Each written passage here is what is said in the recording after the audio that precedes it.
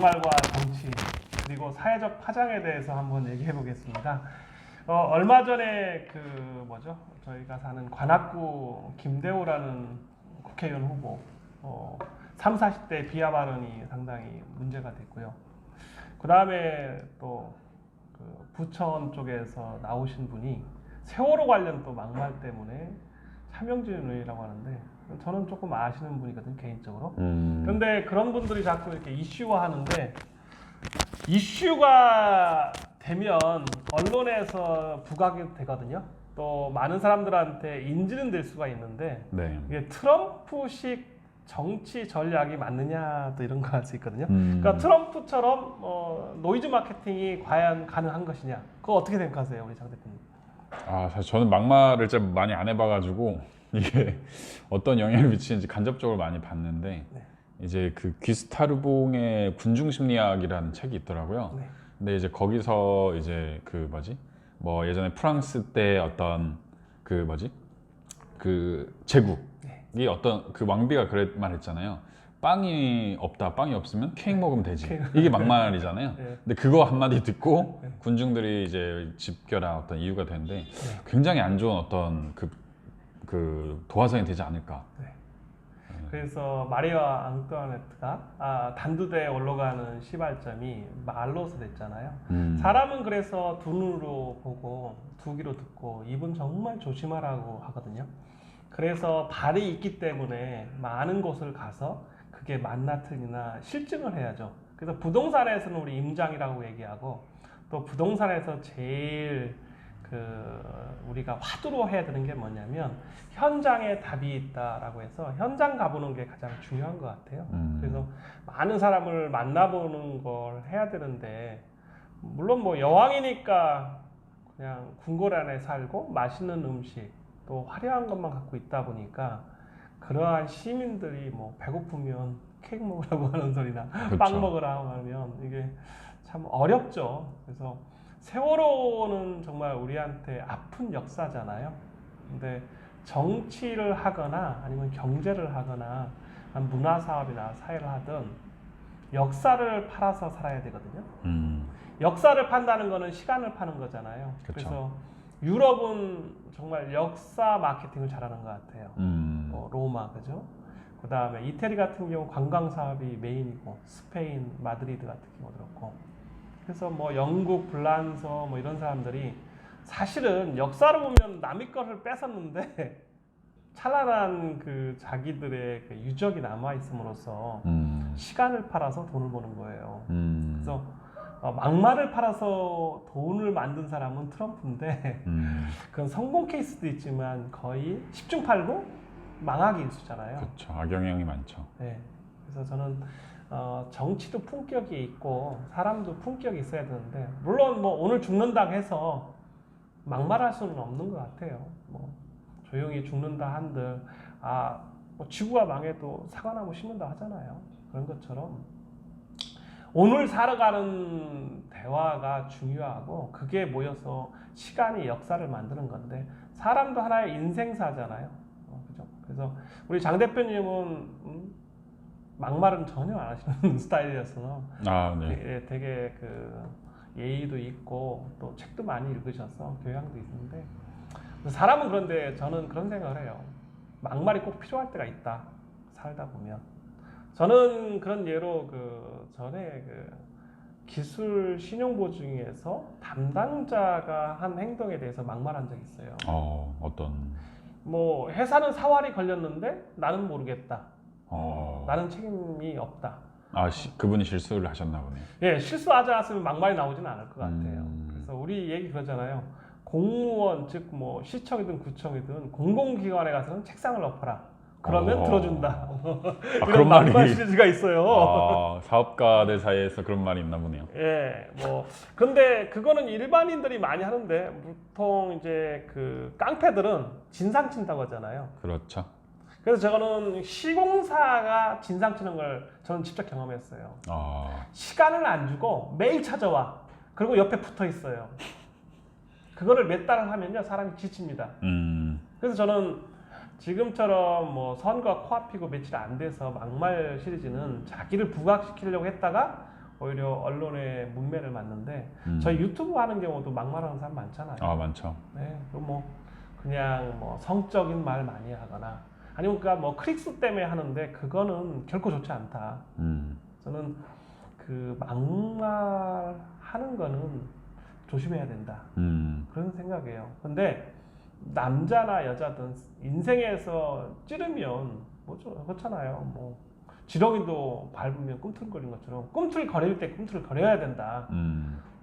저는 그 유럽이나 미국의 친구들이 자식을 키우면서 뭐 그런 얘기를 하더라고요. 영화를 또 그런 얘기를 해요.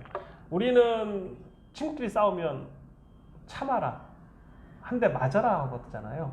우리 장 대표는 자식 키울 때 만약에 자식이 싸워요, 불의가 있어, 참으라고 할 것 같아요, 싸우라고 할 것 같아요? 그러게, 아무래도 뭐 상대방을 너무 심하게 때리지 않는 이상 이제 좀 맞서 싸워야 되지 않을까. 네, 그래서 그 영화에서도 좀 뭐 보면 그게 그 문화적 차이인데, 저는 제 자식이라고 할 때 불의가 있다, 저항하지 않는다면 저는 별로 좋아 보이지 않을 것 같아요. 설령 뭐 정악을 당하든 태악을 당하든 간에 자기가 옳다고 믿으면 자기 길을 가야 된다. 그래서 저는 꼭 하고 싶은 게, 저항할 수 없는 사람은 자기 심장을 갖고 있지 않다고 봐요. 정말 그게 불의하다, 그렇다면 저항을 해야죠. 근데 애들끼리도 뭐 그냥 맞고 아니면 맞고 와라, 그런 거는 별로 좋지 않다고 봐요. 그렇죠. 그래서 막말 수준은 아니더라도 저항할 수 있다면 저항을 해야 된다. 저는 그 지금처럼 이제 코로나 때문에, 우한 폐렴 때문에 전 세계가 이렇게 힘들어하잖아요. 또 그 트럼프는 WHO한테, 즉 그 뭐라고 하냐면, 이번에 큰 이슈가 그쵸. 있잖아요. 잘못을 돌렸죠. 잘못을 돌리고 중국한테 돌리고. 네. 중국한테 돌리고 손해배상, 영국은 뭐 중국한테 손해배상을 청구하겠다. 근데 이게 어떻게 보면 이제 여론몰이일 수도 있고 전 세계가 이제 협력하지 못한 면인데, 이거는 조금 더 생각을 할 필요가 있어요. 물론 뭐 지금처럼 선거에서 이기면 다 가져가요. 공신이고 뭐 예산, 뭐 우리 일반 국민 낸 세금도 지들 멋대로 쓸 수 있어요. 막말 아닌가요? 네. 이게 합법적으로 이제 하는 거잖아요. 그렇죠. 네. 히틀러가 합법적으로 당의 당수가 되고, 그 다음에 그 독일 우월주의를 통해서 사람들한테 각인시킴으로써 히틀러라는 제국을 만들었잖아요. 그렇죠. 그러니까 합법적으로 할 수 있는 거, 지금 이제 선거가 그런 거거든요. 합법적으로 자기들의 그 잘못을 덮을 수 있어요, 누구든. 뭐 보수든, 그러니까 여당이든 야당이든 할 수는 있지만 하늘을 가릴 수는 없잖아요.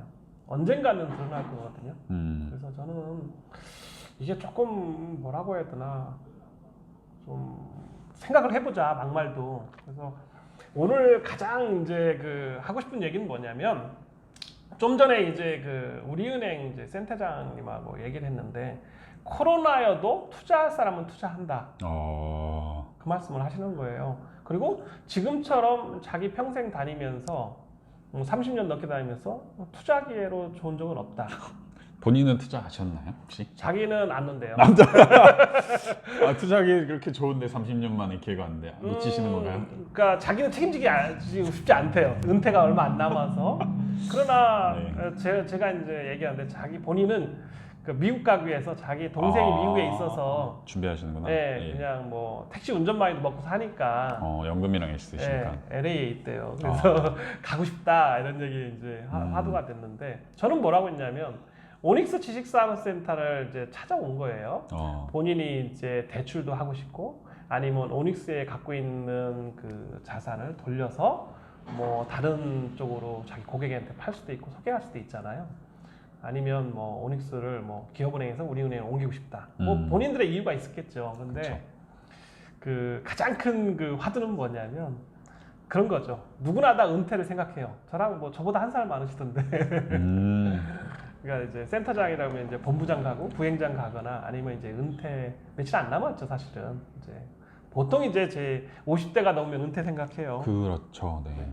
근데 은퇴는 아름다워야 되는데, 지금 은퇴자 하는 분 중에 가장 큰 리스크가 자식 교육비가 너무 많이 들어간다. 그렇죠? 그다음에 이제 결혼 리스크잖아요. 네. 자식한테 너무 많은 투자를 해서 푸어가 되는 거잖아요. 그다음에 조금 더 늙으면 집도 다 날리잖아요, 보통은. 그렇죠. 그러지 말아야 된다. 그래서 저는 꼭 이제 막말 이런 시리즈보다는 지금 이런 상황에서는 책을 보자.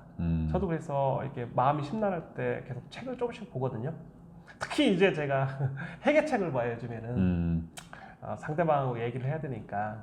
그래서 회계책을 좀 더 많이 보고 또 몰랐던 거 자꾸 보는데 지식이 곧 세상을 바꾸잖아요. 그렇죠. 네. 그래서 저는 오늘 꼭 하고 싶은 말은 막말보다는 유튜브를 보자. 유튜브보다는 책을 보자. 글자를 봐야 되니까. 네. 그리고 우리는 투자를 해야 산다. 네. 그리고 그 투자 방법이 지금처럼 저금리 시대에는 무조건 은행에 넣으면 마이너스예요. 그렇죠. 네, 어떻게든 대출을 받는 게 최고의 그 투자 전략이거든요. 어떻게든 그 대출을 받던 아니면 실물에 저는 뭐 지식산업센터를 하니까 지식산업센터를 서울에 있는 걸 사자. 사서 사업을 하든 임대를 주자. 이게 꼭 하고 싶은 얘기예요. 지금처럼 이렇게 어렵다고 주저앉아 있으면 안 된다는 거죠. 그래서 오늘 또 이제 센터장님 만났고 또 내일 또 이제 제가 시리즈가 뭐냐면 3월 30일 결산이 끝났기 때문에 이제 은행권, 증권사, 뭐 기타 이제 금융, 돈을 만든 사람을 만나는 시리즈가 된 거예요. 이제 그래서 그거는 이제 하나하나 또 말씀드리겠습니다. 네, 알겠습니다. 네. 지금 또 시간이 또 조금 넘어가지고 네. 2부에서 네. 또 뵙도록 하겠습니다. 네. 감사합니다. 네, 감사합니다.